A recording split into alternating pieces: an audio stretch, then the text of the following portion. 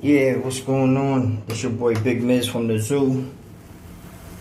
I'm glad that y'all tapping in with me. We about to get this story on and rolling. Let's get it popping. Peace to all the zoo members and everybody following the channel. This your boy Big Miz from the zoo. Here goes the story. Yo, what's up? What's going on? This is your boy Big Miz from the zoo. And I have another prison story time for y'all. For those who don't know who I am, because I am new to this YouTube thing. I only been on here for like a year and a half. And what I do is try to bring awareness to the dangers inside the prison system. Mainly the chain gang and the Georgia prison system, because that's where I did my prison time at. And my eyes open to the politics and the vicious attacks that can happen inside of the Georgia prison system. For a lot of people, it ain't fair. They're getting done dirty. Low sentence inmates is getting treated, you know what I'm saying? And what I mean by treated, they're getting treated any kind of way, you know what I'm saying? Because they're looking at it like, you got a low sentence, you're not gonna go hard for yourself, you're not gonna go crazy, you know what I'm saying? So when it's time to get on the big floor and go ahead and start dancing, you know what I'm saying? You ain't gonna be with it for real, you know what I mean? But this situation right here takes place in Ware State Prison, Waycross, Georgia, level 5 camp. And this one individual, I spoke about him before, his name is Boss Hog. You know what I'm saying? I try to cover people's identities, so I kind of put a twist with their names, but it be very similar, very close to their names, and I try to watch out for that. But I'm doing my best trying to cover their identities, because these are real people still doing time, and the people that's unalived, I usually put a question mark over their faces in the thumbnail, because I don't want no hate trains coming, you know what I'm saying, or having to go in detail with other people about this individual if you notice them. Now, Boss Hog was with a certain gang faction there. I'm pretty sure it was the GDs that he was with, the Gangster Disciples. But this dude, like, he kind of played by his own rules. He was a real knucklehead. He did a lot of bullying inside the dorms, you know what I'm saying? Once he sit and read you out, you know what I'm saying, and kind of see how you move and how you react to certain situations. Once he see that you're soft and you always turning down fights, he going to target you. He going to get you some way, somehow. He's going to be in the midst with you, whether it's eating your trays, getting some of your commissary every time you go to the store, trying to ask you about your girl outside in the free world. Probably put you on the phone on the jack so he can talk to her. I mean, so you can talk to her, and then he just double back on that situation, and he try to get down and get your girl in the process. These dudes do that in the chain gang, you know what I'm saying? Especially the ones that lost their girls inside the chain gang. They will backdoor situations. But this right here was the first time I saw him get active or do a demonstration on somebody, and it was over some money. You know what I'm saying? There's this dude that came into the dorm, a real hustling dude from Atlanta called Poor Boy. And Poor Boy, he would gamble about anything. It can be TV-wise. It can be who's coming on the shift, the officer that's coming on the shift. He'll go that low. And he'll be like, yo, I bet you $10. CO Carter gonna be working E2 or something like that. And people get reeled in by this, and they be betting and they be losing big time, messing with Poor Boy, because that's a gambling ass dude. You know what I'm saying? Now, when he came into our dorm, Boss Hog was already in the dorm, but he comes into our dorm. He gets greeted by his people from Atlanta. They like, oh, Poor Boy, what's up, bro? What's up, shawty? It was good. Look, there's some open rooms upstairs. Come on. They helping him with his stuff. He get in there. They coming out the dorm, out the cell, laughing. You know what I'm saying? I'm like, oh, you was a fool, shawty. He's like, yo, you got some niggas in here. You got some free picks in here that you can go ahead and gamble with. You know what I'm saying? I know you happy to be out the hole. And dude is standing there. He got the real scruffy, scraggly look, like he been in the hole. Like, you go in there and come out looking like Wolfman Jack. Everybody know that, you know what I'm saying? You see hairs that you didn't even know would grow out of your nose, ears, neck, chin, everywhere, you know what I'm saying? And that's how he was looking. So he was asking them, yo, who's nice with the comb and the razor to go ahead and knock his shit down, shape it up, you know what I'm saying, get him right. they sent him to the dude. Now, while he's sitting there, Boss Hog comes out the cell, and he's talking about a game that's coming on the TV. And he's talking loud. He's trying to rally up some bets. Now, by hearing his homeboys talking after this nigga poor boy walked off, he was like, yeah, shorty, he might start a little something in this doing, because you know he gonna go crazy with that bet. You know what I'm saying? You know the fools be getting mad because they be losing every time. Now, I hear them talking. They're a couple feet away from me, and I'm on the top level, and so are they. Now, while Boss Hog is talking, this nigga poor boy in the chair downstairs getting his hair cut, and he's like, hold up. Like, where you from, folk? He's like, you look familiar. And Boss Hog turns to him like, nah, you don't know me, fam. You don't know me. And he was like, damn, bro. I'm saying, where you from, shawty? I'm just asking a simple question, shawty. He was like, I'm from around, you know what I'm saying? I'm from the Chi-Town. And I'm pretty sure he was telling him the truth, that he was from Chicago. I mean, but to come to find out after the fact, I think he was from Little Rock, Arkansas. But he would just tell them Chicago just to throw a spin on niggas, you know what I'm saying? Because that's what dudes be doing. They be spinning niggas, or they be lying about where they from. Some people be from the outskirts of Atlanta and be saying they from Atlanta because they know that these people probably don't know about Atlanta and the zones, you know what I'm saying, and the wards and stuff like that. So they'll just say Atlanta to simplify things. But a real Atlanta folk, when they get down with them and ask them, and they be like, yeah, I'm from Gwinnett. Like, oh, you ain't from the A, shawty? Like, come on, man, you from the outskirts, nigga, say that. Like, that's what they be off. But let me not get sidetracked. Boom. So, poor boy be like, I see you, but what you talking about betting though? Like, you a betting man? And Boss was like, what? Like, yeah, I bet a lot though. But you must have just came in here, shorty. Like, you don't know who I am, do you? And he was like, nah, I don't know you, but I heard you talking about betting on some game or something. I'm down to bet whatever. You know what I'm saying? And that kind of took Boss Hog attention right to him. He stopped going towards the TV. He turns to this dude, poor boy, and they start talking. Now, they're talking low. I was trying to eavesdrop on what they was talking about, but I couldn't hear them. They was talking low. Dude still getting his hair cut or whatever. But the thing was, they was talking about money. They was talking about a bet. And all of a sudden, they start arguing. You know what I'm saying? They going back and forth like, look, if you're going to have the money, just put the money down. That's it. I ain't trying to talk no more. That's Boss Hog. I ain't trying to talk no more. Just put the money down. You know what I'm saying? And make sure that you pay me, because I ain't trying to fall out about no little bullshit. I ain't trying to fall out with you about no bullshit. And poor boy saying, yo, shawty, look, man, I got folk that care about me out in the free world, man. I get money. Just don't worry about that or whatever. And he was like, all right, I bet. So they go and they betting on whatever the situation is. Found out it was like a basketball game, because I done went downstairs. I don't usually watch the TV, but I went downstairs because everybody's yelling, jumping around, talking about whatever team that was that won. I forgot the teams that were playing. I wish I remembered, but I forgot the teams that was playing. And people was sitting there jamming. They happy as hell because they got tickets and everything. Like, they be doing the parlays and stuff, so they got other side bets and stuff going on with these games. But Boss Hog and poor boy is one-on-one. They standing there, Boss Hog from here, sitting here looking, and his team is winning. Poor boy sitting here looking crazy as hell. Like, damn, like, this looked like the first time he ever lost or whatever. And mind you, when poor boy came into the dorm, he just came in with mad paper. You know what I'm saying? Paperwork and his clothes, his state clothes and stuff like that. Shoes on his feet. You can see that he get money. He had a little chain in the ring, but he ain't come in with no food or nothing. You know what I'm saying? So he got to kick back and get right, let his people know that he's even out. But he's so addicted and jammed it out to this betting shit. You know what I'm saying? He goes and puts himself in a position. Now, when the game started counting down and it's over, Boss Hog is looking at him like, yo, you might as well go get that bread real quick. He's like, huh?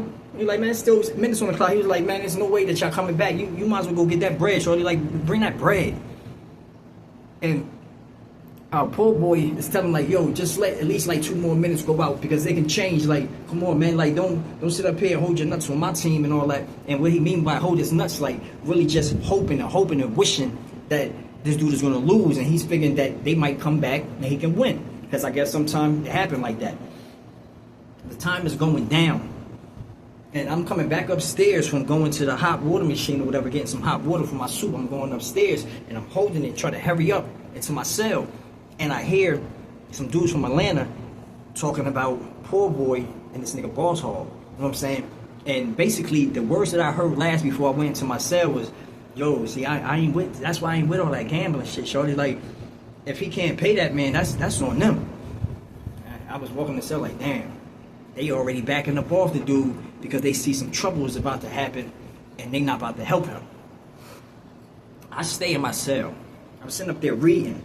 I'm reading this book called Poor Dad, Rich Dad. You know what I'm saying? And I'm reading this. And for people that have not read this book, it is a good read, and it tells you a lot on how to grow as a man and like break certain stigmas and how you live inside the world and how you can become a poor dad or a rich dad. Like, it has a lot of knowledge in it though. That's just one to grow on. Y'all go check that out, and believe me, you'll be happy that I sent you there. You know what I'm saying?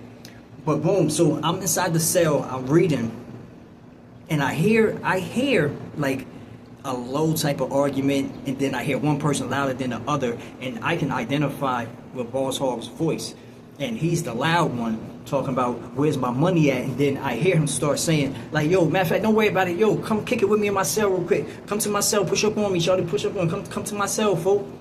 And poor boy, like, he's not, you don't see him sounding aggressive or nothing like that. So like, he's like, yeah, I'll be up there, man, I'll be up there, folk. And then Boss Hog saying, yo, come upstairs now, no, I need to speak to you now. You know what I'm saying? And I actually, I'm gonna put some footage inside of this video right here, just the beginning part of exactly what happened to this dude, poor boy from Atlanta, that came into this man's cell. And once he got into the cell, what took place.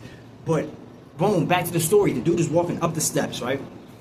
And when I look out, I see that this poor boy, he's coming up, he started going towards Boss Hog's cell, but then he stopped and he turns around and goes towards his cell, goes in there for probably like 30 seconds, comes back out.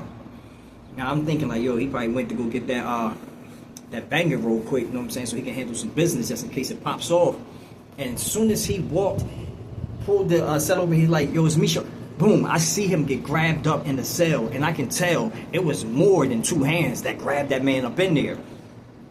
They closed the door, but it still had the motherfucking towel in the door, so it just boom, like if somebody's using the bathroom or something. And you hear a lot of scuffling, and you hear like muffled nigga, all this shit, like a whole bunch of shit talking stuff going on. And while I'm standing there in my doorway, I'm looking, and I see his homeboys looking directly at the cell. They looking directly at the cell that their homeboy just went into and got grabbed up in that motherfucker, and you hear him asking for help. He's screaming, asking for some type of aid and assistance by his homeboys that's just watching. You know what I'm saying? So you really got to know who you doing time with, bro. Because some dudes, they not battle tested. They not battle tested. They not ready to go like that. Or they don't feel you in that order. They looking at it like, yo, you wasn't like real tight with me out on the street, so I'm not gonna go extra hard for you while we're in the chain gang. And this was this dude's fate. Yo, whatever they was doing, once I found out after the fact, what they was doing was manhandling him to get him tied up. They tied this man up, bro, because he didn't have this money, and to find out it was only $5 that he owed him. $5. They not trying to wait. He wanted his money right then and there. And since he was new to the dorm, Boss Hog is teaching him a chain gang lesson. They tied this man up, hog tie style, just like a little pig. Had him hog tied, legs, arms, behind his back. He can't move. And they got him on the ground. They got this dude on the ground, and all you can hear throughout the dorm, first it was loud with people talking or whatever, but when you start hearing this slap, slap, slap, slap, slap, slap, and then some talking between it, then more slap, slap, and dude saying, oh, yo, they was doing this for the longest. Like, the dorm got quiet for a minute, trying to identify where that sound is coming from, and people are looking, and other GDs are saying, yo, look, calm down, this GD business, don't worry about that. Stop looking at the cell, man. Stop looking at the cell. Don't make shit hot. Don't make shit hot. You know what I'm saying? That's between them. But it's 4 other dudes in the cell with this dude that helped him get hog tied and everything. And he was beating this man. It seemed like it went on for like 2 hours, yo. Beating this man and beating this man and beating this man. But it was just to bring some humiliation to him. Because how he came out this cell, bro, he came out with only his boxers on. He came in there fully clothed, you know what I'm saying? One dude was holding a banger. It could have been the banger that he brought in there, but they holding a banger. They let him out the cell, and they laughing, and they was saying, yeah, nigga, next time don't try to ass bet, nigga. This nigga was ass betting, and this nigga's coming out looking crazy as hell with whelps all over his chest, his neck, all across his face. You know what I'm saying? His arms and everything, his back and his legs, just fully whelped up, and it was like kind of swelling. It looked like he got like bit by 1,000 hornets or something like that. This dude was welted all the way up, and you could see like dots of blood in the whelps going across his face, his neck, back, arms, and everything. Yo, this dude looked it very, very bad. And what he did, he started to run towards the dudes from Atlanta that was standing over there. And these dudes started going back in their cell. They was in the same cell together. They went back in their cell and they green lighted their door. So dude ran to the booth and he's looking for the officer. He banging the door, looking for the officer so he can catch out, you know what I'm saying, and get up out of this dorm. And they just let him run around. They let him run around. The dude was sitting there with boxers and socks on, whelps all over his body. And then cats started pulling out their camcorders and taping it, but they also was taping it inside the cell. And this is how it looked before they started the beating. Go to the tape. Why you get the fuck on your ass fans, huh? Huh? Yeah. Just like that. On the ground looking helpless as hell while this dude standing over him, ready to bring the punishment to this dude and give him damn near over 1,000 lashes throughout 2 hours, bro. You know what I'm saying? And it could have easily been handled. He could have went probably to his people from Atlanta and got that little bread or whatever just to pay him to hold him off like he good until he got his money and he could have paid his homeboys back. But it didn't pan out that way. Dude got beat and whipped and he got to take that home with him. Like, yo, these dudes beat me like a fucking beast. You know what I'm saying? It was out of control or something because I owed them $5. This is how serious this money or currency, this food currency, get you in some trouble. You know what I'm saying? But this right here, the reason why I tell these stories to let you know that they're not playing in Georgia in these chain gangs. They're not playing. You know what I'm saying? The little things are very big inside of there, bro. And that's somebody else's stuff. So watch going in there, trying to bet. If you got betting addictions and stuff like that, you want to gamble and all that, I think it's best that you refrain from that. For real.